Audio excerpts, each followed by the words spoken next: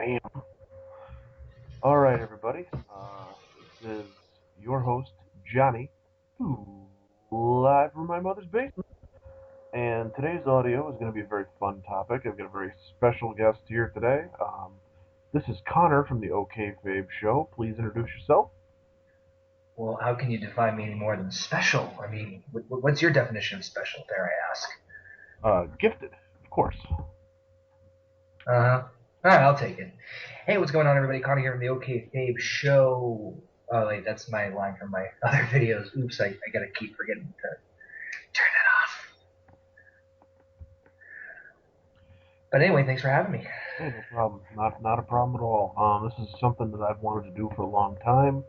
Feature people that I talk to on a regular basis. This is no Daniel Parkin from the British Fist episode. This isn't going to be Dreamboy899.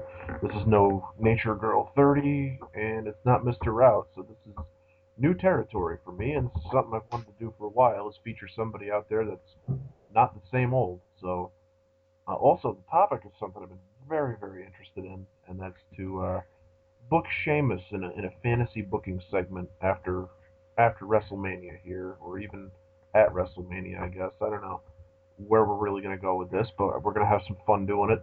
And Conor, you were picked because I heard that you are really, a big fan of the booking in general. You want to tell us a little bit about how you got started doing it? Sure.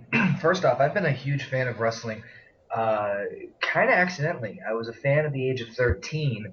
Um, I was brought to a wrestling show, and I was never into wrestling until after I left the show, and I just got hooked. But in terms of how I got into booking, I mean, everyone's dream when they grow up as a wrestling fan as a kid or a teenager, what do they want to be? They want to be a wrestler, and I went through the same thing. And I'm not gonna lie, I did some, stupid backyard wrestling like everybody probably Think has we at one all. point. Yeah, exactly. We've all done it at some point in time, and I quickly realized my limitations physically, and I felt like I could do better writing out the angles and the matches and everything like that. To the degree that I actually started my own independent federation a couple of years ago. It really didn't get off the ground, so I'm not even going to bother mentioning it. But it was all me in terms of booking and everything. I had a blast with it, and it's my dream. It's interesting uh, to basically have, when you're looking at it from my perspective, being a booker, having almost unlimited potential in terms of doing what you want to do, and how you can twist things, make other people, you can make bad people good, good people bad. It's just an interesting way of storytelling. It's different. That's probably one of the reasons why I got drawn to it uh, so quickly and deeply. Well, I'll tell you, as much of the same for me. Though I've been a wrestling fan, ever since diapers. One of my first. So yesterday, Yeah, essentially. Well, I'm still in diapers. We actually don't have. not the same one, right? I reused them. I didn't think it was a crime. They dry out every That's now and well, eventually, if you go too much green, you go brown. But good. then. We don't have a functioning toilet here in my mother's basement, so this is just the way to go. But no, in all seriousness, one of my first memories of being a wrestling fan is watching, the Macho Man Randy Savage, and I used to come off of the top rope, aka the couch, and hit my baby sister with a flying elbow drop. So That's hilarious. I'm it sorry. it is it is the truth, and I am not ashamed to say it. It was born into me, and from a very young age. A lot of my uncles, and older cousins were watching it growing up, and they were big fans of guys like the Junkyard Dog and Rowdy Piper, and some old school fellers like that. So I've got a lot of that in me. Respect the classics. Um, Oh yeah. I was a WCW kid forever, and now I find myself, strangely being attracted to TNA, and the TNA's definitely improved. They've definitely improved. That's a whole other subject for another oh another show. yeah. So I mean, but I've got a lot of different wrestling ideas and different booking styles that I like to record from history, and I've liked to do it for myself as just like a little game that I used to play with some friends about how would I have made this different or what would I do. And it's just a creative kind of escape. And today we're Yeah, I do the same thing all the time, to be honest. I mean, I just think about the different ways that a match could go when I'm watching it on television, just to stimulate my own mind. And I think that's a lot of what gets me wanting to do, these discussion videos here, with the YWC. Um, so today we're gonna talk about Sheamus. We're gonna talk about WrestleMania. I guess the plan is that I don't know about you, but I kind of think that Sheamus is definitely going to win at Mania, so that's where my booking direction is going to go. But I Mhm. think, since you're the special guest here today, I'm going to turn it over to you, let you kind of just go wild with it, and then I'll give you some feedback, and hopefully everybody else in the comment section below will do the same and give some good commentary and about what they think and where they would go. So let's get this ball rolling, shall we? Cool. First of all, again, thank you for having me. And I'm going to talk um, a little vaguely about how I'm going to do this first, and then I'll get into specifics. Um, we're going to assume that we're going to talk from Mania to Survivor Series. And by the way, anybody listening to this, and of course you too, um, if there's something I say, feel free to cut me off and feel free to make a question right there. You don't have to wait for me going on rambling. You can interject at any time, so don't feel like interrupting me is a bad thing. So you can do that if you want to. All right. um, because that way it also helps me get my thoughts out. But anyway, so basically the overall objective of this one is that Sheamus is going to be the World Heavyweight Champion. We're going to make that assumption that he's going to win the world title at WrestleMania, and I'm going to go all the way to Survivor Series. Um, Now, the general idea that I had when I made this was that you want to make Sheamus a credible world champion. Because he is probably next to Randy Orton, he's going to probably be the top babyface. Um, and I'm going to get into detail why, but basically that's the overall idea is you're going to make Sheamus one of the top guys, if not the top guy on SmackDown. I think Orton is slowly starting to be coming on SmackDown almost like a veteran status, not necessarily the same status as Undertaker was back when he was on SmackDown frequently, but he's sort of already established himself. So at this point, we want to make Sheamus a credible champion. Now, before I even get into post WrestleMania, there is one thing I would change right off the bat. The first thing I would do is I would not make the matchup Daniel Bryan versus Sheamus for the World Heavyweight Championship. I would make it a triple threat match. I would make it Sheamus versus Daniel Bryan versus The Big Show. That would be the Okay. first thing. Reason being is because Sheamus and Bryan is almost a randomly thrown together matchup. If you're going to make WrestleMania as big as it is, you might want to interject show just for the sheer chaos of it, the clash of the styles, and more importantly, the backstory. The show Bryan backstory to me is probably one of the most interesting angles they've been doing recently, and I think that if you add him into the mix of it, it would create an interesting stir.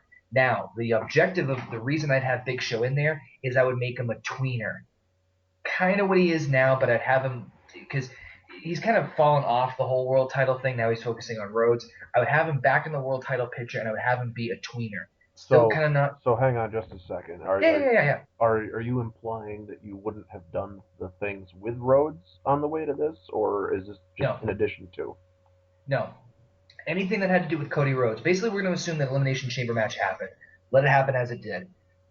But anything after that, we're just going to assume that Show gets interjected in the matchup. I'm not going to go into detail how it is, but no, he has no program with Rhodes at all Got it. because it seems to me that it's again another randomly thrown together matchup. It's just like, oh, Big Show's not doing anything, Rhodes isn't doing anything. Okay, what the hell? So at least with Show and Daniel Bryan, there's at least a nice solid 4 month backstory that you can rely on. Sure, Show's had world title matches and he's had the triple threat before, but we're gonna definitely emphasize the fact that he's a tweener in this matchup. Sheamus is the clear cut babyface. Daniel Bryan's the clear cut heel. Show we're gonna promote as the tweener. Now, moving forward from that, Sheamus would win. He would ultimately go on to win. He would pin Daniel Bryan to win the World Heavyweight Championship at WrestleMania. Now, I'm not going to go into detail about TV. I'm just going to hit pay-per-views and just kind of say this is what's going to happen in between in between the pay-per-views. So I'm not going to go into specifics about what happened on this SmackDown, this SmackDown, this SmackDown. And generally speaking, too, everything major will be happening on SmackDown. We're going to assume that Raw will be nothing more than just like a separate matchup where they just randomly throw a SmackDown guy There will not be anything major I mentioned in this storyline. All of it happens on SmackDown. None of it happens on Raw. Any major announcements, confrontations, whatever. So, coming off of WrestleMania, Sheamus is obviously ecstatic, being the big baby face. I won the world title. I captured it. It's another milestone in my career. And basically, obviously, you have now two people who lay claims to World Heavyweight Championship rematches. Big Show and Daniel Bryan. Another reason why I want to throw Show into the mix, because you have to think past WrestleMania.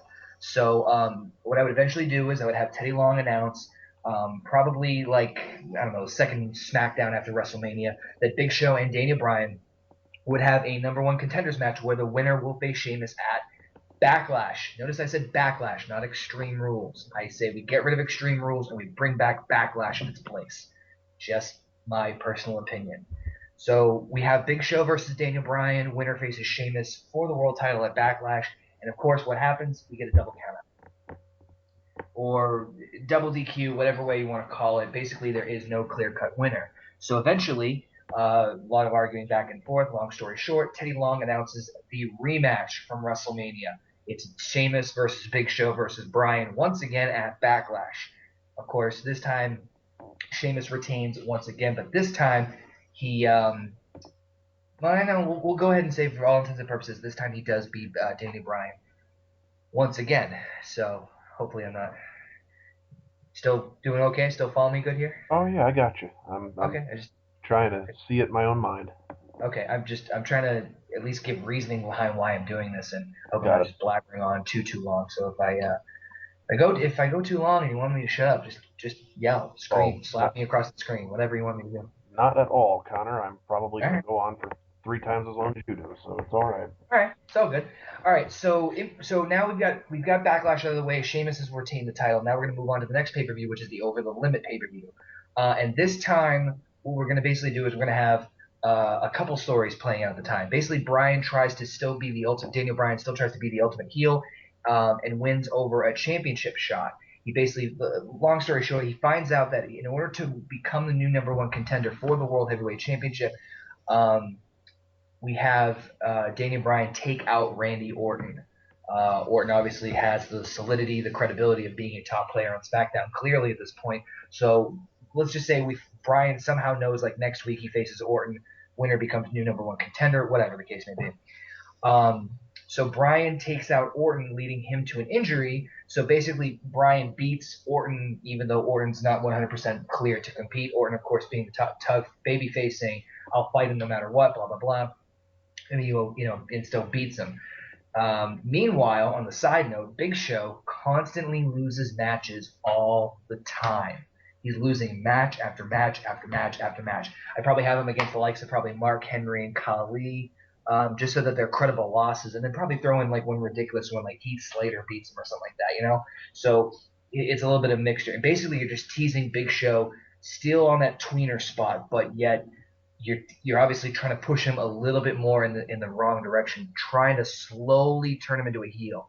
Long story short, you build up Sheamus and Bryan again, leading up to the Over the Limit pay-per-view, where it is, of course, Sheamus defending his world title one-on-one against Daniel Bryan. Now, in that matchup, neither man wins, as Big Show does come out, choke slams both of them, and lays them out for a double disqualification. So there's no clear-cut winner on that one either. Mainly because we're building up here over time. So afterwards, of course, now we've got all this freaking chaoticness. We have Big Show who's demanding a world title match because he's been pissed off that he's been losing matches constantly. We have Randy Orton claiming that he's never gotten a fair title shot because of what happened with Daniel Bryan injuring him. And of course, Daniel Bryan's complaining because of Big Show's interference from the pay-per-view last time. So what do? We stick them all in a match. So this builds up to the Fatal 4-Way pay-per-view, which, of course, as you can probably guess, will feature Big Show, Daniel Bryan, Randy Orton, and Sheamus in a Fatal 4-Way for the World Heavyweight Championship.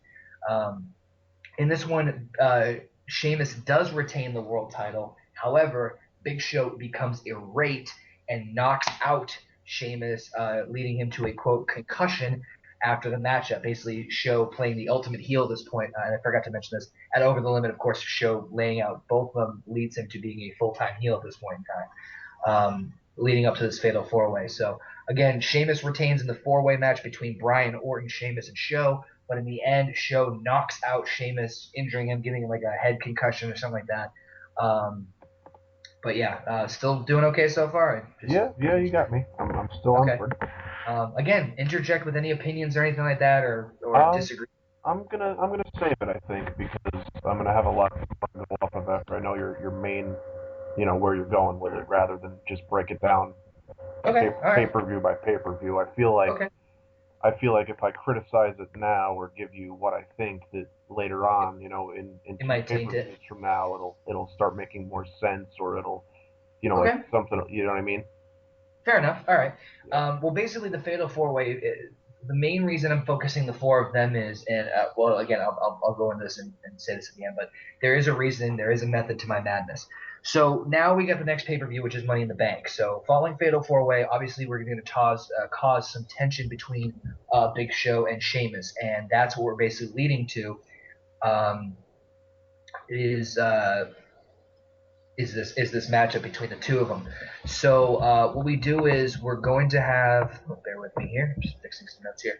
We're basically going to have Sheamus saying that he's technically still has a major concussion, just some injury angle just to play it up, and basically says he won't be cleared until after the after Money in the Bank, but yet demands to face Big Show for the championship because he wants to prove who's the better man. And of course, Big Show playing the full heel this time wants to take full advantage of an injured Sheamus. So what happens at the Money in the Bank pay-per-view? Big Show wins in a cheap way, kind of similar to Bryan beating Orton earlier in the month, but he wins the World Heavyweight title from Sheamus at Money in the Bank pay-per-view.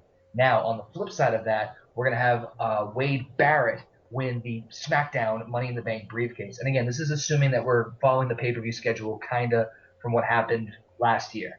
Got it. There's a lot of what ifs and blah blah blah. This is just for my own argument. So, Show beats Sheamus for the world title, and then Barrett wins the Money in the Bank. So, of course, now we're leading up to SummerSlam. You got to do something big for SummerSlam. SummerSlam's one of the big four. So we have obviously Sheamus demands redemption for what happened. Big Show obviously winning under somewhat false pretenses, and he's basically saying he's a coward, and even cuts a good promo saying that he's using his bullying to make up for his ability and wants to finish this at SummerSlam. Show accepts, and then eventually they make a special stipulation. Somehow you can have Sheamus, if he wins his match, he can demand a stipulation. But basically the stipulation is set in motion. Big Show versus Sheamus, last man standing at SummerSlam. Main reason for that is because this is where the feud is more or less going to be closed up. This is going back to why I had Show interjected at WrestleMania. If you're going to make Sheamus a credible champion, you want to put him up against a guy who's been around for a while, and once Sheamus can overcome this opponent, he has a nice, solid victory under his belt. So obviously this leads up to SummerSlam with Sheamus versus Big Show in a last man standing, where Sheamus ultimately regains the World Heavyweight Championship. Now, again, the whole point of this was basically to turn Big Show heel and to have him be a somewhat major feud against Sheamus leading up to SummerSlam. That was the whole point of interjecting Show into this. Got it. I kept Daniel Bryan in because he's a former world champion, and Randy Orton was kind of interjected just because of the Fatal 4-Way, and to also give some credibility to another win for Sheamus, because Sheamus wins the 4-Way, so it's another notch under his belt, kind of, if you want to look at it that way. But again, it's all about credibility. Will Big Show be the most athletically stacked wrestler? Hell no. But if he can beat Big Show in a last man standing match where we show Big Show's lack of wrestling ability for brute strength and brawl light, which a last man standing match would be perfect, I think these two could tear down the house. Now, the big twist, of course, comes in. It's not really so much of a twist, is that, of course, after Sheamus wins the World Heavyweight Championship, Barrett cashes in his Money in the Bank and successfully defeats Sheamus and captures the World Heavyweight Championship. Now, why so soon? Well, mainly because you need a good adversary, and it's always more interesting to watch a babyface chase a heel for the championship, and that's why we're flipping to this side. Barrett is going to be holding on to the title in this booking all the way to Survivor Series, mainly to have Sheamus say, okay, he's overcome the odds, he's finally beaten the Big Show, he's wiped out his opponents. Now a new threat is in his way. This young kid, this cocky kid, Wade Barrett. So Barrett does this whole thing about being a new generation of wrestlers. He basically is promoting himself as a new champion, a new era, kind of like the whole Barrett Barrage thing that he's been doing. This is, of course, between SummerSlam and the next pay-per-view, which is going to be Night of Champions. Um, he basically refuses, and I figured this was kind of an interesting little angle, but he basically refuses to defend his title against anyone who has already fought for the World Heavyweight Championship in the past or has been a former champion. Basically because the competition is so fierce. You know, Sheamus, Big Show, Orton. He doesn't want to do anything with anyone. He wants to face newcomers only. So basically, you know, have him kind of do a couple walkout on matches, you know, just do arrogant, cocky heel things to avoid the big name players. So finally, Long says, listen, Barrett, you haven't proved a damn thing to me yet. You haven't proved a thing to anybody yet as a credible champion. So I'll tell you what I'm going to do. You can make this claim that you won't face any new challengers, but only after you do this. So I'm going to do is I'm going to have you prove your point at Night of Champions. I'm going to put you, Big Show, Sheamus, Randy Orton, and Daniel Bryan in a scramble match for the world title at Night of Champions. I figured a scramble match is something different. It's something, well, not different, but it's something we haven't seen in quite a while. And the main reason to put it into is because Barrett can take advantage of opportunity because it's that Royal Rumble style matchup, and Barrett can basically retain the title without even looking bad. In fact, he doesn't even have to do that much, which is the point. We want to get Barrett over as a major heel and a big time player. And again, another reason, credible champion. Granted, how he won may have been, you know, diluted, but the fact that he can go on TV the next night and say I beat Big Show, Sheamus, Randy Orton, and Daniel Bryan in one night is a big milestone for him. So now we're leading into, so of course Barrett retains, like I said, in the scramble match. Again, Barrett's going to hold on to the title till SummerSlam, Survivor Series. So I'm getting rid of the Hell in a Cell match pay-per-view. That's just stupid because it doesn't serve the point that that I'm trying to make with Barrett, and that we're trying to do a slow build-up. So Sheamus wins a battle royal to become a number one contender. We'll do something where basically Sheamus is labeled the new number one contender for the world title. And basically, you know, we're playing up again Sheamus overcoming the odds, beating Big Show, winning the world title at WrestleMania, and now he's going to fight Barrett at Vengeance one-on-one for the title, no stipulation. We basically play up the whole thing where basically we play Barrett's win of the world title as tainted, whereas Sheamus's was earned. You know, we do a whole thing where basically, okay, Sheamus is a credible champion because he won the Royal Rumble match, he went the distance, he won at WrestleMania, you know, the whole fairy tale story. And then with Barrett, he kind of cheated to win the Money in the Bank, cheated to win the world title, and held onto it once by luck. So it's kind of like, you know, we're playing like, all right, Barrett's kind of sneaky where Sheamus is honorable. And then we lead that into Vengeance. And the reason it's called Vengeance is because, you know, we're doing it at Vengeance pay-per-view because obviously, you know, Sheamus and Barrett, Vengeance, you know, Barrett, yeah. So you get the idea. This one, again, leads to a no finish. We do a double count out on this one. And there's a reason. It's specifically going to be double count out for a specific reason. Basically, you know, we'll have Barrett try to leave. Sheamus takes him out. They brawl. Then eventually they take each other out. And then they lead to a double count out. It has to be specifically a double count out for this reason. Obviously, in double count out, draw, Barrett retains. So finally, we have Barrett, we have Vengeance, and then we have Survivor Series. During this time, we have Barrett have a couple matches where either Barrett weasels his way out of it or just walks away. So finally, Long says nothing was settled at Vengeance. So I believe Sheamus does still deserve his match because technically it was a double count out. Right. But I'm going to make sure that this is done right. So it's going to be Sheamus versus Barrett one last time, world title, Survivor Series, steel cage. That's why you do the whole double count out because again, Barrett has nowhere to run, nowhere to hide, blah blah blah. Kind of whole cliche thing. Just because the main reason I want them in a steel cage is because I think Hell in a Cell would overdo it. And I think that with those two being the type of styles that they are, with the brawling type, I think that a steel cage match would be good because you could still have the athletic ability and still have the bruiser brawling style that they both have. And ultimately would culminate in Barrett versus Sheamus, where Sheamus regains the World Heavyweight Championship. And that's that. Okay. So, like I said, overall, the whole point of the entire thing was to make Sheamus credible. So by the time between WrestleMania and Survivor Series, Sheamus has more or less overcome two big rivals in Big Show and Wade Barrett. So at the same time, you have Big Show being kind of the vet, helping Sheamus boost himself up. But in the same breath, Wade Barrett is now at the top of the ladder because he's had a decent world title run. So you're creating a new star at the time as well. And that's all right. Now, opinion feedback. Destroy this thing. All right, critiques. Well, first of all, I don't know how I feel about having the Big Show Daniel Bryan thing go on as long as it did for you, considering their history since time began this year.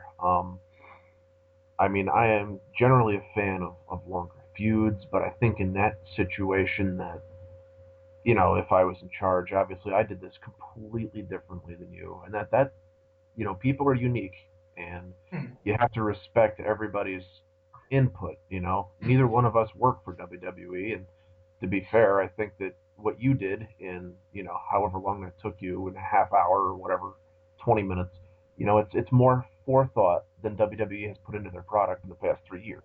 So I commend you for that, but Yep. I think that the Big Show thing to me felt kind of stale. I understood why you put it the way that you did it for the Fatal Four Way. That made sense to me. I did not like the fact that Sheamus had to drop the title in what appeared to be so soon.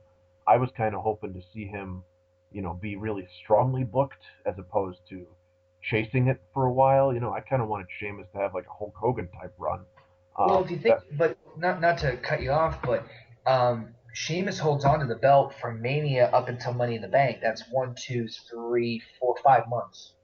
yeah, Not sure if you consider that a long run. And as far as Bryan and Show, it's not really so much an emphasis on them because Big Show's. My point is to have Big Show turn. It's not going to be so much on Daniel Bryan and Big Show because basically after the Fatal Four Way, Daniel Bryan's not involved in the world title picture until Night of Champions, and he's never involved with it at all. The only reason I involved Daniel Bryan and Big Show in it from the get go is to tie them together to the world title, and then have basically every storyline is going to overlap. right. Is the idea so that because to me a lot of the feuds in WWE just kind of Are cut one off and dimensional. start. Yeah, and they cut off and start, cut off and start, cut off and start. There's no overlap.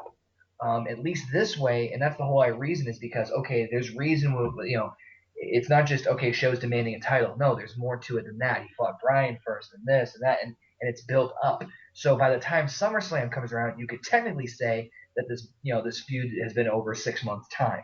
Yeah. That's the whole reason behind it. It's not so much on Bryan and Show. It's more about Show switching sides and then combating this brand new top babyface named Sheamus. But continue. I didn't mean to cut you off. With the whole thing with Show losing matches the way that he did, and then still be involved in the title scene just because he got involved in the title match, to me seems kind of cheap. I would expect like a heel to be like a monster heel to be like, and this is just bias because I'm used to somebody like Mark Henry that went and created the Hall of Pain and then beat the shit out of Orton here last year. Um, That's fair. that's really how I feel that it should have been. And I'm really, again, when I said I was sick of kind of the Big Show Daniel Bryan thing, it's because it's been a chicken shit run for Daniel Bryan's whole title reign. So I figure putting them and keeping them in it is almost ridiculous at this point because Sheamus needs to face somebody else that either hasn't been in that picture for a while or just somebody else that he's really going to gel with a lot better. And I don't know. To me, I went so far, I think, away from the way that you went that That's maybe good though. I'm curious to hear what you booked.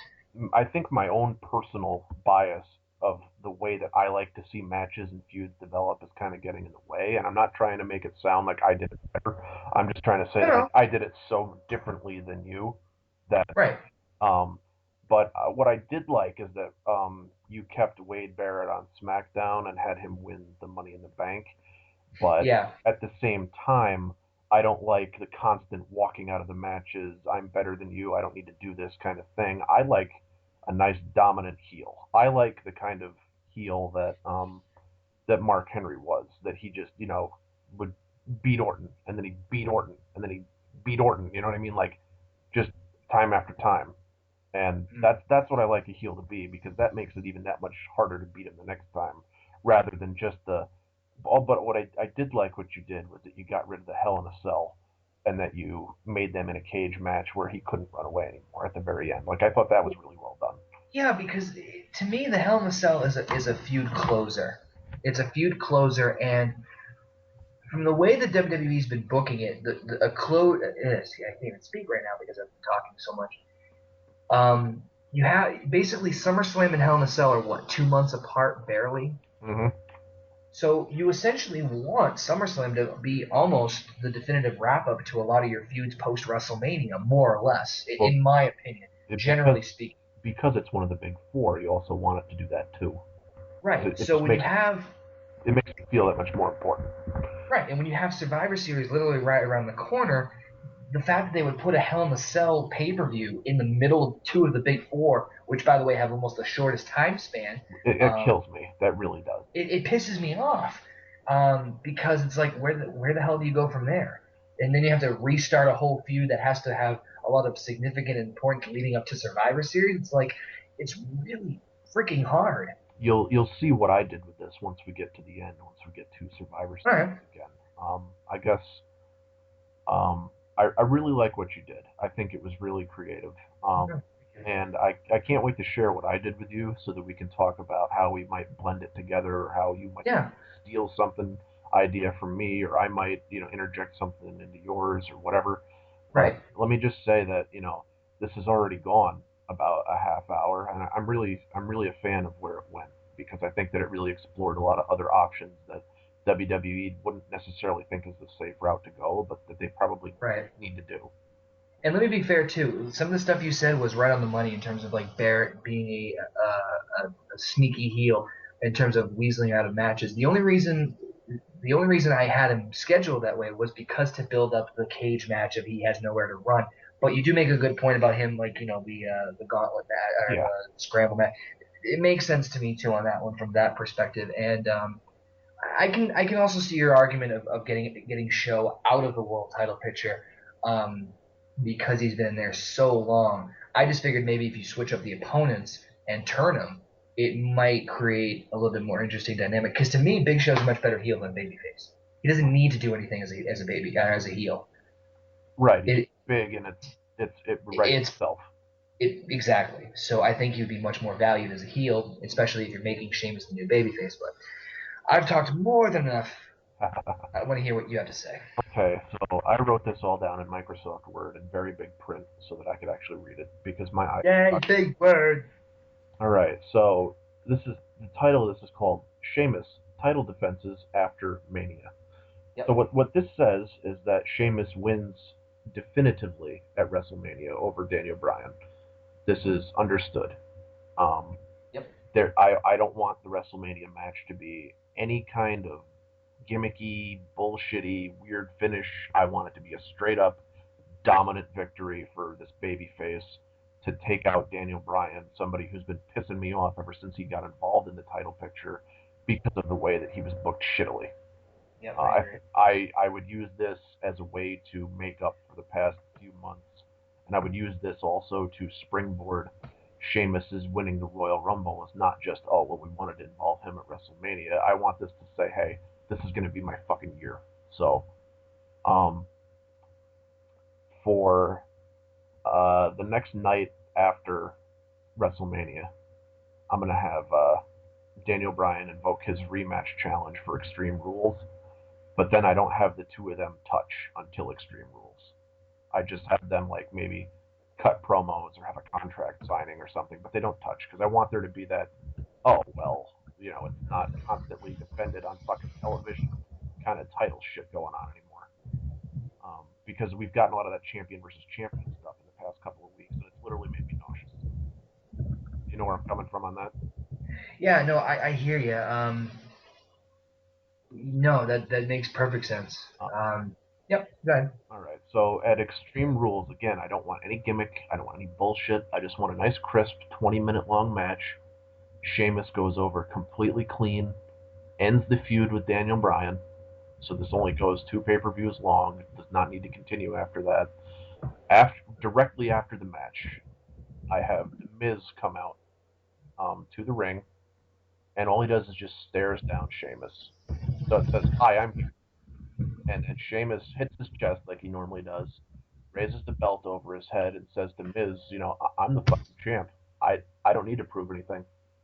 Um, the next night on Raw, after Extreme Rules, I have an opening promo. Starts with Sheamus, and essentially it goes like maybe 4 or 5 minutes, and immediately it gets interrupted by the Miz after Sheamus is like, I won the title, I defended it, yada yada yada, whatever. Um, now you know full well that the draft is normally so it would have already happened at this point, Right. and so I would have had Miz drafted to SmackDown in the draft, so that Right. surprise. But um, so at this point, I'm going to have Miz, Daniel Bryan, AJ, and eventually somebody else form a heel stable on SmackDown because I think that that's something that's really missing are some stables. All right. And Miz and Sheamus kind of start the feud that Miz and Daniel formed the tag team that Miz talked about on the live SmackDown the past week. Right. You remember that? Yep. And they challenged Sheamus to essentially find a partner, find any partner in the back, and we'll take you out. We don't have any problem. I'm the Miz and I'm awesome, whatever. I have Sheamus, re-debut Alex Riley as his partner in SmackDown. Sheamus and A-Rod, no funny business, just a clear-cut, decisive victory. Um, so then, And this is on Raw this is SmackDown. This is the or Smack. SmackDown. Right. Okay. Okay. So on Raw, you have the Miz interrupt Sheamus, but Yep. On SmackDown, the Miz, Daniel Bryan, AJ stable forms in the beginning Right. of the show, and then by the end of the show, you've got Miz and Daniel Bryan as a tag team within that stable with AJ and whoever else gets injected into it later. Okay. I'm gonna have them tease that they've got like a mystery, partner or whatever. Shades of the old NWO when you never knew. Right. Right. Yeah. Right. Right. But not to beat a dead horse and bring back the NWO. I want it to be its own thing. Mm. But Sheamus and Alex Riley go over here, and that gets Alex Riley back on TV. So that's a very good thing. So would we be safe to assume that Riley is also drafted to SmackDown? Let's say like the supplemental draft, so you don't know he's there. Right. Okay. Right. So it's not like thrown in your face, and it's like, oh, it's probably A-Rod. Okay. Well, Riley was kind of already there to begin with, so it's not like anything I would shake it up too much with the draft. I just wanted to point out that Miz was on the draft. Right. Okay. Gotcha. Also with my draft, here's the thing. I'll get to this now instead of later because this will help explain stuff. Okay. Cody Rhodes, your Intercontinental Champion, goes. Yep. Okay. I have Swagger as the U.S. Champion come to SmackDown. Okay. So basically, the U.S. and IC title switch. Okay. Which, because I think Cody Rhodes is a lot hotter, and I think the IC title needs to be on Raw, and he can do a lot better there with it. There's more people there for him to fit. Okay. Swagger comes back to SmackDown because essentially I think he sucks on Raw. And the U.S. title comes back to SmackDown finally. And then also I have Wade Barrett drafted to Raw, so he's not going to face Sheamus at all. I don't want him getting away. I want Barrett to ascend to his own thing, and I don't want him and Sheamus to have to cross paths because no. here's the thing, though, Connor, is that I want both Wade Barrett and Sheamus to be champions this year, and I don't think that they have to take it off of each other to do it. No, I think I was just teasing you, but yeah, no, I figured that's where you're going with this. So I have the feud between Miz and Sheamus start to escalate. D-Bry would be involved in some kind of beatdown segments on like the next week's SmackDown. I have Miz kind of up Teddy Long's ass to somehow bribe him into the title match for Over the Limit, which is May 20th. So we're already getting toward May 20th. Essentially, Miz and Daniel Bryan are beating down Sheamus on the way there, like every week, like just kind of like mosquitoes, like they show up, they kick ass, they leave. Right. So this match at the Over the Limit pay-per-view has no gimmick. Goes about 16 minutes. Sheamus is about to win, but then Daniel Bryan again gets involved, and Miz and Daniel Bryan crap out of Sheamus. but I reinforce the fact that it takes the two of them to beat one Sheamus. You know what I mean? And Yep. No, I hear you. and then during that match, at the very end, they take that necklace of his. Okay. So the next night on Raw, Yep. Sheamus is out for blood. He's kind of on the warpath, angry Irishman style. If you've ever seen one, you know exactly what I'm talking about. You're from Boston. I'm pretty sure you've seen an angry Irishman temper once in your life. Well, I am Irish. There So there you go. So Miz, Debray, and AJ are nowhere to be found in the building at this point. Yep. So in this way, the feud is kind of carrying over. Like it's just Sheamus is festering at this point. Like I want my revenge. I want my necklace back. So Sheamus chases Miz for I think this is exciting Christian one more match bullshit. Hmm. Um, so at the end of the show, I have a taunting segment where Miz is actually backstage, and Sheamus kind of he runs to get the necklace back, but um, Miz and Daniel Bryan barely escape the arena in the car, kind of thing, and All in one night. all in one night. Okay. And then this will create interest for what's going to happen at SmackDown. So I don't have any physicality or anything. I just have them on the show so that you can see them. Okay. So you're basically using it as just kind of a hey reminder of what happened at the pay per view. Watch SmackDown to see what happens. Yeah. So it's like, Okay. hey now. I actually like that a lot. So on SmackDown, I have Sheamus catch up with AJ, but he's a Yep. babyface. So he's not going to hurt her. He just wants her to deliver the message. AJ obviously gets scared, runs away. Daniel Bryan gets really pissed, and he tells Miz that it's about time to finish the job. Mm-hmm. By the end of the show, Miz and Daniel Bryan are beating down Sheamus again, and Daniel Bryan is yelling, taunting, screaming at Sheamus to stay away from his girl, quote unquote. So Yep. you can see where these guys have started to become a dominant kind of stable on SmackDown, and Right. they're really getting under Sheamus' skin. Uh huh. So the next week's SmackDown, there's a grudge match between Daniel Bryan and Sheamus in the main event segment. No disqualification.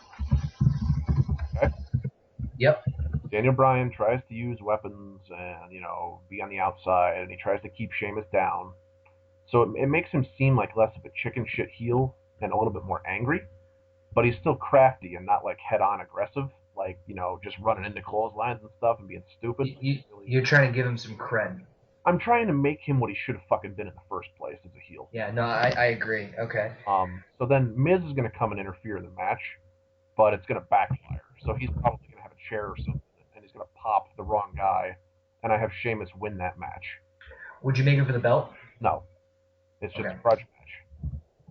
So it's just again, it's not a free title defense on TV, but it's got your champion, Well, somebody who has been involved with him, in almost like a blood sort of feud kind of thing. But right. the real focus is still on Miz and Sheamus at this point. Daniel Bryan is just part of that stable, so it's like fighting the henchman to get to the other guy kind of thing. Well, true, but just one little question to interject here. I mean, do you think that adding the I mean, based off of what you said, I see even though Sheamus wins, the focus is still on them. Why not add a little spice to it? I guess you could put the belt on the line. I'm just throwing that out there. I'm not really a big fan of free title defenses on television unless it's to immediately end a feud and start a new one. After a All pay. right. No, I hear you loud and clear. Just wanted to throw that out there. Um, that's just me, obviously. Like somebody Hmm. else could do that, and I wouldn't have a problem with it. If this was your booking decision and I was throwing this to you and you said fine, but we'll put the title on the line, I would say that's great. It's a no No, DQ. no, I was just wondering if there was a reason why you didn't want if you were trying to do that on purpose or that. That's all. I thought about it and I said to myself, I really hate it when there's so many title defenses on free television. No, You know, totally understand. it makes you want to buy the pay per view because you get to finally see the belt on the line and it means something now rather than just being. Right, right. Again, I mentioned before with the champion versus champion shit 3 times in the last 2 weeks. I want to vomit. Like You're right. No, I hear you. um. So now that this is the part where I wrote out the most in between pay-per-view stuff, because this is where the stable starts to build itself up. So this is the next SmackDown afterward, the next week. They introduced the next member of their stable, Dolph Ziggler. Yes. He's been broken up from Swagger Guerrero probably around the time of the draft. But it wasn't like logically in your head that it was going to be Ziggler that comes and joins the stable, because he was kind of already in one. Right. Right. So Miz talks about how there's no way that Sheamus is going to keep his title at Fatal 4-Way, because he's got it set up in the back. It's going to be Sheamus versus Daniel Bryan versus Ziggler versus Miz for the belt. And eventually the promo segment says that Sheamus' Irish truck is finally going out. Miz is the figurehead of this stable. You know, Daniel Bryan is a former champion in this stable. Ziggler is a former champion, if you want to count that, in this stable. Yeah. So Right. it's like 3-on-1. It's like, how the hell is Sheamus going to actually overcome these odds? So that was what I was thinking when I was thinking Fatal 4-Way. Like, I really wanted to get that other stable member in there, really fuck over, Sheamus at this point. Right. So now we're at Fatal 4-Way. Okay? Yep. At Fatal 4-Way, the heels work together consistently to dominate Sheamus until Yep. he throws Daniel Bryan. Then he starts to come back against Ziggler and The Miz, kind of like Hulk Hogan style, if you will. He kind of starts to hulk up a little bit and get the crowd behind him. Right. Miz gets out of the ring.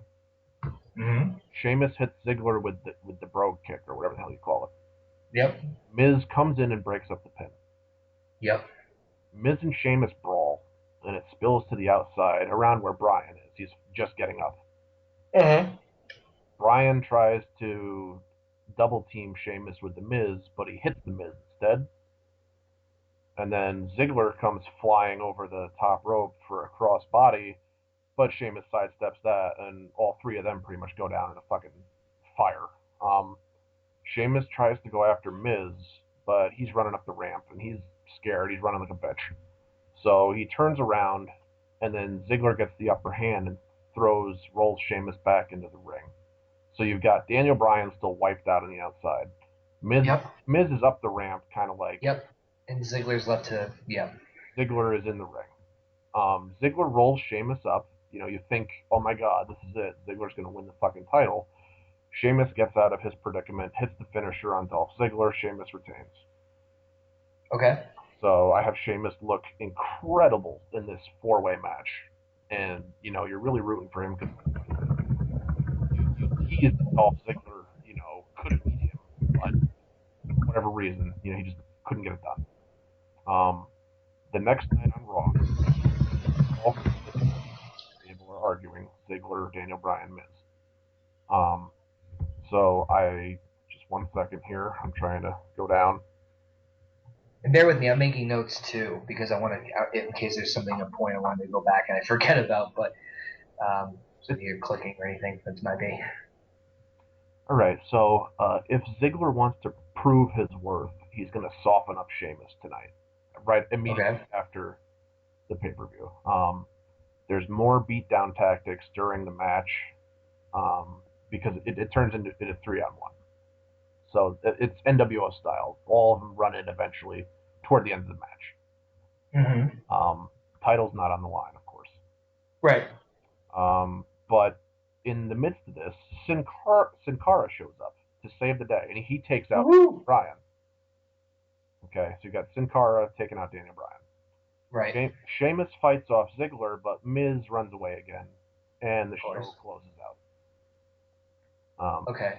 So they still have his necklace at this point. He never got it back. Right.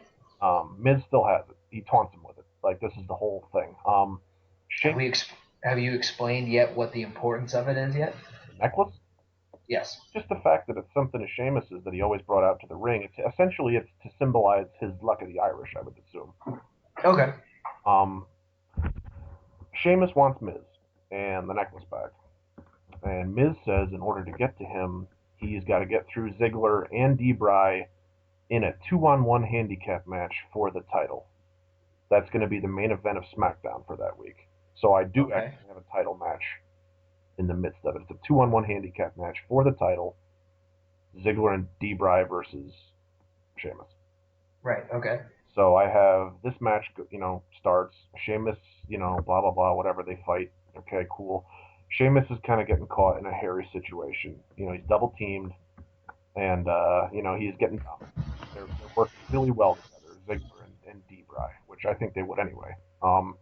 But as Daniel Bryan goes for the cover, Ziggler's going to pull him off, and they start to argue because obviously. Yep, it's whoever pins gets the title, right? So they begin to kind of shove at each other, and then Miz comes down and he breaks up all the fuss. He tries to get his guys refocused. He's like, "You go over there, you go over there." He's playing fucking referee at this point with his own stuff. So they all get in the ring, Miz too, and then the first thing they do is attack the ref. So he's done. So the match is essentially over. So it's a wash.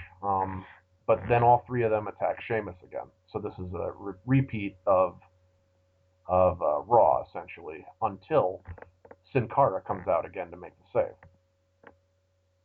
So the night ends kind of with the baby faces looking really strong and the heels running off. Sheamus and Sin Cara standing tall at the end. Next week's SmackDown, Miz he's not happy. Things aren't going according to the plan. He blames Ziggler and Daniel Bryan for being jealous. Mm-hmm. He says that he's the leader and he should be the champion. And there's a lot of bad blood and like hateful glances and glaring at each other. Mm-hmm. So what happens is Teddy Long announces a number one contenders match between Miz, Ziggler, and Bryan in a three-way dance. Sheamus comes out during the match and nails Ziggler after Miz ducks out of the way. So he was going for Miz, but he hit Ziggler instead. Miz starts to run away. Sheamus gives chase into the crowd. So you broke off Miz and Sheamus from this. So now it's just Ziggler and Daniel Bryan left in the match. Okay. Daniel Bryan tries to capitalize on Ziggler, but Sin Cara comes out again and hits Bryan to further their storyline, since they've been locking now a couple of weeks. Okay. So Sin Cara nails Daniel Bryan. Ziggler picks up the win and is the new number one contender for TLC, which was moved in the pay-per-view slots for this year. So then it's announced that Ziggler versus Sheamus at TLC will be a table match after the fact. Okay. And you're basing this, just for clarification, you're basing this off of the pay-per-view schedule as it stands for this year. Yes. Okay, right. Go ahead. So I'm just working with what WWE gave me. Which isn't much. It's really not. I had a really hard time doing this, to be honest. It took me a little while. It took me, I think, 35 minutes to come up with how I was going to figure it into their schedule. But all in all, I mean, I've made a lot more sense of this than I think they're going to this year. So Probably. So all night at TLC, Miz is completely mad and completely jealous of Ziggler for getting the shot because it should have been his. He can't believe that Daniel Bryan didn't come and back him up. When Sheamus was like giving chase and everything. He's like, why were you still in the ring? Yada, whatever. So he says he's going to go to see the higher ups about tonight's match. Then that disappears. And then you wait all night, And when the entrances are given for the Ziggler and Sheamus,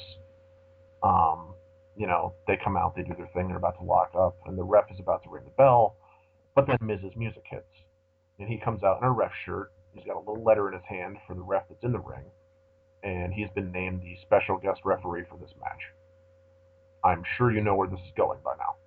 Yeah, but I like to hear it. So he winks at Ziggler in the beginning of the match, and then the two of them just start to beat up Sheamus at the same time. Mm-hmm. So, they dominate him for a few minutes, and it looks like the plan is to have Ziggler win the title and give Miz the first shot at it. In fact, I think that's pretty sure what they're going to say on camera to each other at this point. Right. So Ziggler is on the outside setting up the table because he's going to put Sheamus through it. Mm-hmm. While he's doing that, Miz takes out a pair of brass knuckles. And then when Ziggler is done setting up the table, he essentially creams Ziggler from behind. Yep. Sheamus takes advantage of the situation, puts Ziggler through the table, retains the title. Mm-hmm. The next night on Raw, this stable with Miz, Ziggler, and Bryan breaks up. And Sheamus announces that there's going to be an 8-man tournament to decide who the new number one contender should be. Because that ended Ziggler's chance of being number one contender. And Right. it ended his involvement in the title scene. Because it's been Mm-hmm. all that stable, essentially, since even, what was the one after Extreme Rules? Over the Limit? Yeah. Yep. So, the first match of the night is Miz versus Ziggler. And it starts immediately after Sheamus gets off the microphone. So I have Miz go over here, and then this tournament carries on each week until the next pay-per-view. I have Miz eventually win the tournament over the next few weeks, and then Sheamus makes the announcement that he's adding a stipulation for the SummerSlam match, because now we're at SummerSlam. Right. Miz is fine with this at first until he hears that it's a lumberjack match, and the whole SmackDown locker room is not very happy with him. Because Mm-hmm. he screwed over his old pals Ziggler and Daniel Bryan, and he's also cheated his way to win the number one contendership. So all those other guys, the 6 people or whatever that he faced, Right. they're pissed too. Quick question. Do you know, this is just a side note for me, I'll mention this later. How big a tournament? 8. Okay. All right. Continue. So at SummerSlam, the feud blows off. Miz comes really close to winning a few times, but he can only get the count. He gets really frustrated, and he and Sheamus have like a 25-minute match that really steals the show. Ultimately, Sheamus goes over, so that ends his feud with Miz essentially. Uh, Mm-hmm. but at the end of the match, while Sheamus is celebrating, I have an old friend come back. Mark Henry gets in the ring and hits the world's strongest slam at SummerSlam, appropriate. Um, Yeah, really. Introduces and injects himself back into the title scene, because I figure at this point, by SummerSlam, Mark Henry ought to be healed up enough to resume being that monster heel that he was back last year before he got hurt, and even in the beginning of this year when he got hurt. I think that's what it was. Okay. So you basically pick up the momentum on Henry. Okay. Because Sheamus versus Henry is what I thought was going to be WrestleMania this year. So Yeah. I'm giving that to us as a reward for being so good this year. And it's kind of, well, it's also kind of ironic because that's what they fought each other last year at SummerSlam. Did they? I Yeah. Oh, they did. You're right. You're right. Ah, see, I, I paying attention to shit like that. um, so that feud goes into Night of Champions. Um, Mark Henry puts Sheamus in the corner, and he starts beating the crap out of him because he's a monster Yep. heel. He does not break the count, when the ref hits 5 in the corner, so he gets himself disqualified. So now he's really mad. So he just beats up Sheamus really good, and so the match is thrown out, and he just leaves Sheamus kind of laying because he's pissed. Um, Henry continues to attack Sheamus, much like he did Orton in their feud, Mm-hmm. all the way up till Hell in a Cell for October the 21st. So every SmackDown, essentially, Sheamus is having to look over his shoulder, getting kind of paranoid because he's got this big dude on his back. Mm-hmm. Henry is pissed. So I have Sheamus and Henry go about 17 minutes in the Hell in a Cell, Mm-hmm. and then it's a big time match, big men, high impact style, and I have Sheamus go over and retain. So Sheamus has won every pay per view essentially, or it's been a wash, but he hasn't lost technically yet. Like Right. he's been. Um, so then the next thing that happens, um, we're building towards Survivor Series at this point. Okay. After Henry, gets beat by Sheamus, there's still tension there, but I don't have them actually physically touch because I have a 5-on-5 SmackDown versus Raw match at Survivor Series with the appropriate champions of the companies, of Raw and of SmackDown as the team captains. At this point, I put Henry and Sheamus on the same team to represent SmackDown. Yep.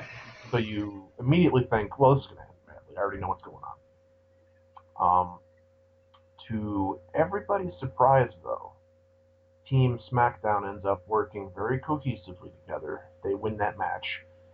Randy Orton is involved in this match. I should put that as a disclaimer out there that Henry, Orton, and Sheamus are on the same SmackDown team for this SmackDown versus Raw match. But I have Randy Orton at the end of the match turn heel, and he RKOs both Henry and Sheamus. So this sets up a number one contenders match the next night on Raw between Randy Orton and Henry, which I have Orton win, which will set up he and Sheamus for the next pay-per-view, and that's where I stopped the booking. And one might argue again why I didn't use Wade Barrett or Cody Rhodes. It's because I wanted to send them both to Raw to continue their success and not have to cross swords with Sheamus, because I wanted him to have this really awesome title run in 2012. I bring it full circle by putting Orton back in the title picture for whatever the hell the pay-per-view after Survivor Series is going to be. I think it's bragging rights or something. I don't even think WWE knows at this point in time. So again, I'll mention that I switched the Intercontinental title and the U.S. title to brands. Right. And just my thoughts is that I booked April through November here in roughly like a 20, 25 minute span when I wrote this. Right. And I felt like it was more thought about the future than WWE had given their product in a long time. Yeah, and the one thing I did really like about it is that you choreographed it too. It wasn't just generalities. You actually, especially in the Fatal 4-Way, it was interesting how you almost move by move planned out how it was going to lay it out specifically. The couple of things, to be honest, I don't really have too much to say about it. It's actually a pretty well done idea. I'm not going to lie. Back to the original interjection, I thought, and this is the only thing I would suggest from the beginning is when Bryan fights Sheamus in a no DQ match where Miz interferes. I'd put the world title on the line because one of the things you're gonna have, because if you want to establish Miz as a leader, it's gonna be tricky, and that's the one thing that is going to be very hard to do. And I think that if you because it makes more sense to me, and this is just my opinion, because you basically said that Daniel Bryan and Sheamus have the no DQ match, Miz interferes, screws Bryan accidentally, and allows Sheamus to win. And then the next night they say, oh, Ziggler's on our team and it's going to be a fatal 4-way with all three of us. To me, it would make a little bit more sense in saying, okay, Miz putting like his vote of confidence in Daniel Bryan, saying you're going to bring the belt back to us. We're going to be the we're going to be the world champion. I guess you could put it that way if you want to twist it that way. And then when that plan backfires, then they go all out. Then they bring in their third guy. Then they do a 3-on-1. So like, okay, this isn't working. Let's take it to the next level. Yeah, now we can't possibly fail 3-on-1. Right. And the objective and the reason of putting the world title in the picture is because that's what essentially it's really all about, the World Heavyweight Championship. That's the big prize. That's the only reason why I would put the belt on the line between Sheamus and Bryan, is because you want them to have their ultimate goal to bring their world title into their collective group. Right. And that's just my opinion. As far as the tournament, I'd make it the King of the Ring. I was thinking that, but I didn't know if I would want to call it that or not, because I think that King of the Ring might be done on Raw instead of SmackDown. But no, they did it on SmackDown once. You did? Yeah, that's how they made King Booker. That's where you're again more thought than I put into it. But hey, who's counting, right? Not me. 2, 3, 4. What? But if you're gonna put Miz over the top, and you want the SummerSlam main event to really get some validity behind it, and ironically, the King of the Ring set that up. Ta-da! You get the idea. That's absolutely right. Yep, I would make the tournament that Miz wins. I would reinstate the King of the Ring, because it also adds the nature of unpredictability. Because if you have a random tournament for no reason, then you might be more inclined to thinking that Miz will get a shot. But if it's King of the Ring and maybe interject a couple of low card Raw guys in there, you at least give a Shake it. little bit of, yeah, it's a little different and it's a little bit of less predictability. And obviously that's something we all want in wrestling is less predictability. Yeah. So I mean, granted, people probably still figure out that Miz gets it, but you know, I gotta say, I like the idea of a stable. I think you're dead on with that. I think that, um, It's what's missing right now. yeah, you're Me. definitely right. And I think that if you're gonna make Sheamus, overcome the odds, I think that's a very very good idea. To me, To put it, it's reminiscent of '97 when Sting was taking on the whole NWO, and I really liked when that was happening. Unfortunately, he wasn't the champion then, and I think almost we that was a very missed opportunity at that point. You want to know what my favorite recent stable of history was? It actually wasn't. It was one that wasn't really that good, but with the way they did it on TV, they made it look really awesome. Was JBL's Cabinet? I'm I thought forgetting, was that him, Orlando Jordan, the Bashams, the Bashams? That's right. I couldn't and remember. Jillian was like the PR. It was. I thought it was a really good, really well done stable. But anyway, so I agree with you on that one. I think the way you booked Henry was perfect. I would not change a thing. I would Yeah, not change a damn thing about that. That the way you laid it out, especially with throwing in Hell in the Cell, which is really tricky to do. Uh, yeah, I I just would not. I felt like that was the right decision after I had thought about taking Barrett and Rhodes away from the situation because they were heels, but I didn't want them being heels and being on the role essentially that they've been, especially with Barrett coming back from an injury after Mania to have to do a job to Sheamus. I felt like that would really kill the wind in his sails kind of thing, and that he deserved a lot better than that. So I kept them away from Sheamus, and I used other people that I thought would help to further Sheamus as a believable, main eventer. Yeah, and plus with Henry having been a former champion and they had a little bit of tension in the past that they really never settled. Yeah. Um, I think they could do a stellar performance again. Going back to two guys brawling style in a caged environment Oh yeah. would work perfectly. As far as Survivor Series and beyond, again, I think you booked it pretty well. Throwing Orton into the mix and turning him heel was definitely something I did not expect. It Um, really shakes it up because you have literally no baby faces on SmackDown to begin with, right, and to make Sheamus that gleaming beacon of hope, and to turn Orton heel, I figured Orton would eventually take the belt from Sheamus and maybe run it right. to the next WrestleMania, where you introduce a new baby face because that has Now, been Sheamus's year at that point. right, exactly. And the fact that Sheamus has not dropped the title too is also an interesting factor here too. But here's the one other thing and if you're gonna keep Orton in the title mix, I wouldn't have changed a thing. However, for the sake of irony, I would have done was the 5-man team on SmackDown would have been Sheamus, Henry, Miz, Ziggler, and Bryan. You think so? If you're not gonna put Orton involved, Ah, you're right. if you can, if I'm not saying that the Orton idea was bad, I think it was really good, and I think him turning was a great way to do it. But if you're not going to involve Orton or do anything with Orton like that point, I put the other three guys in there. I think that Why you not? raise a very good point in that, and I didn't even think of that to be honest. But now that you've said it, it makes such perfect sense. I don't even see why you would inject Orton there. You might as well just have him win the Rumble and then have him face Sheamus at Mania, have him keep the belt the whole year. You could do that. I'm not saying that Orton turning heel at Survivor Series is a bad deal either. Right. But if you want to I just think it'd be a nice little interesting note that the 5 guys who have basically been feuding for the World Championship from Beat, WrestleMania up until that point. all beat the crap out of the guys from Raw. Yeah, basically. I think that it's really And especially where all 5 of those guys need the credible victory at Survivor Series. Sheamus needs to lead his team. Henry needs a nice, clean, solid, dominant win after losing to Sheamus. Miz needs another dominant win. Ziggler needs a rub, and so does Bryan. Everybody wins. I think that also if you say that SmackDown continually can beat Raw like they did this past Survivor Series, that you're really trying to amp up your product and say that SmackDown is better than just the B show, And to be fair, I would want to make all of the SmackDowns live. I don't see a reason that they shouldn't be already.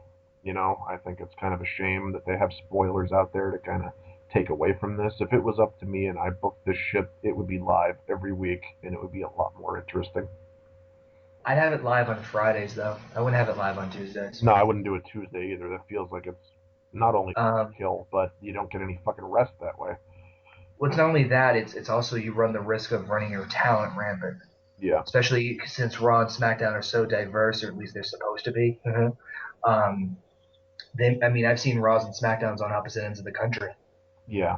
How much is too much? I'd have them do it on Friday also, too, because if they're still going to be continuing and planning on being PG, Friday nights, kids are done with school. 8 p.m. is a good time for when they're still up. They're going to hit that the kids demographic, and they're going to stay up late because it's Friday. Right. That's good business sense right there too. You want to think of that aspect too, but I love, but yeah, those are the only real points I'd have, and it's not really anything to complain. I love the fact that you've interjected O'Reilly and Sin Cara into it. I thought about that too. Like I really wanted to bring other people back into TV and not necessarily put them in the main event, but at least be like, no, back. Would you have them spin off? Like let's say Over the Limit, Sheamus versus Miz. Would you have Daniel Bryan face Riley at the same pay-per-view? I don't know about him facing Riley. I think I'd have Riley actually go against Ziggler in that meantime. Right. Well, okay. Right. But yeah, you get the idea. Is that you'd still have him still featured? Yes. Right. Okay. And again, when you bring Sin Cara into the mix, I would have him face Daniel Bryan, of course. Those two would just tear it to pieces. I kind of left Alex Riley out there hanging, and I feel kind of bad about that. But I just wanted to reintroduce him to SmackDown and get him on TV again. After he was involved in that main event segment, I think that it's a good rub. It's a good rub, and it's a good way as long as it's done correctly. But I knew what your intentions were, and it's not like it was just kind of, hey, let's throw Riley in here for no fucking reason. He needs it. He really does.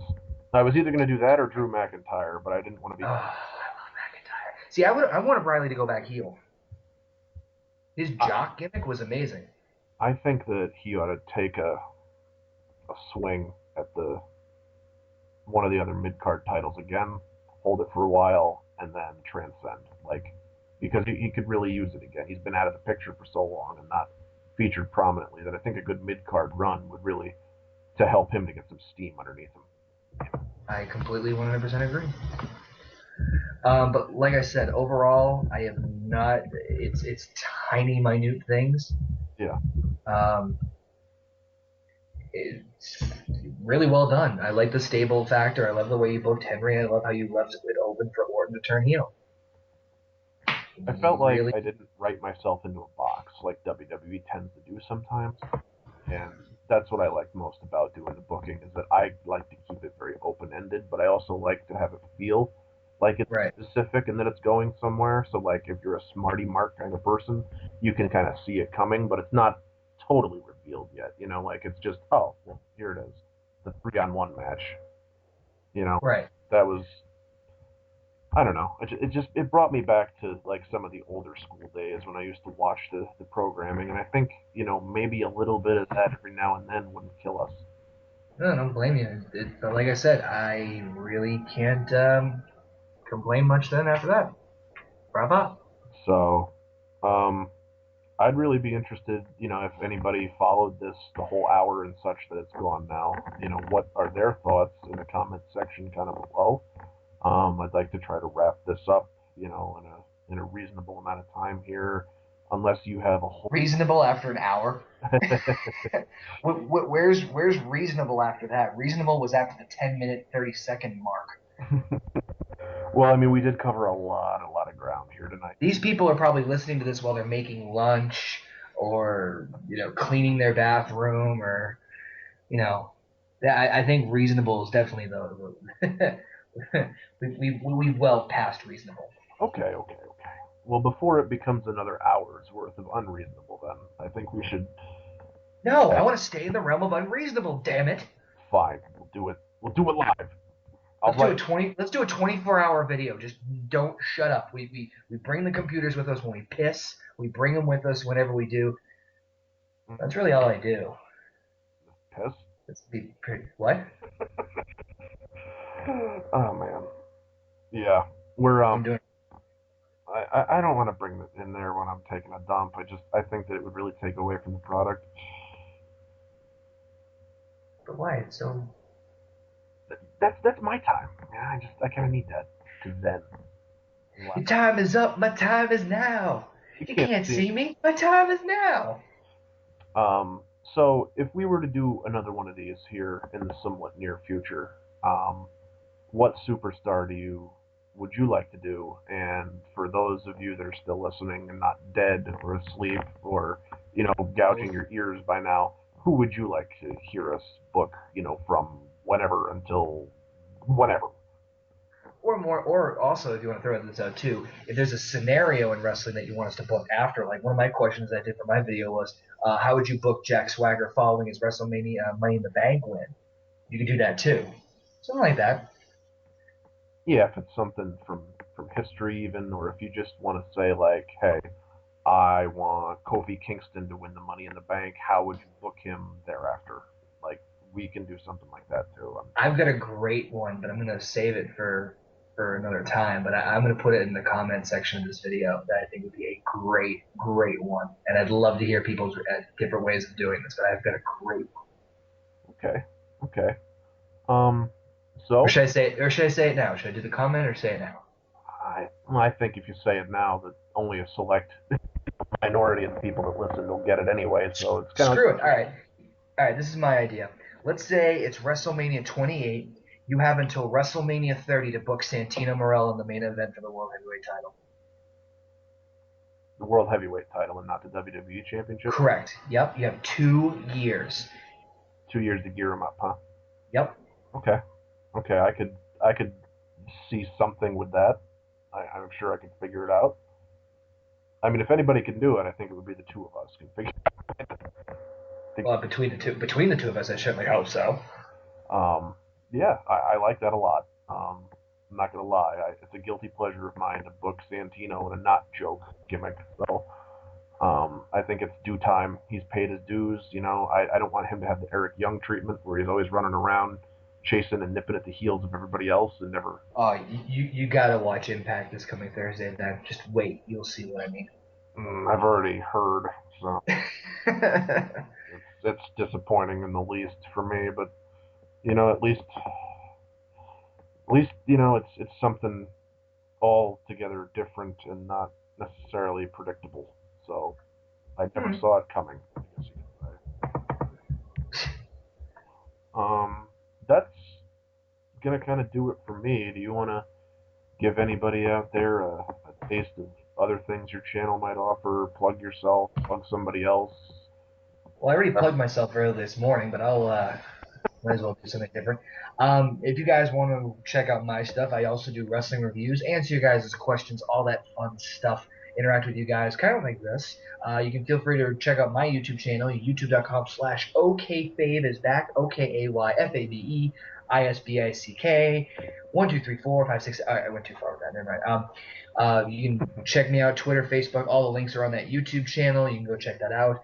I will be doing. I've been doing wrestling reviews. I've been doing an interactive segment with my new show called OKayFabe Versus, and also I'm going to be probably doing a couple more comedy sketch stuff. So just keep your eyes out for that. But I'm not going to give too much away because I got a lot of other projects going on. But that's really all the plugging I want to do because my body can't take it anymore. All right. Well, it is now approximately a few minutes before 2 a.m.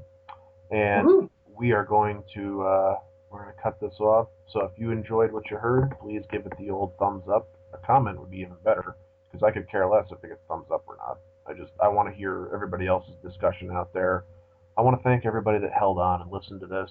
I want to apologize to Daniel Parkin for this going on for over an hour because I know that he's a busy man and he wanted to listen to this really badly.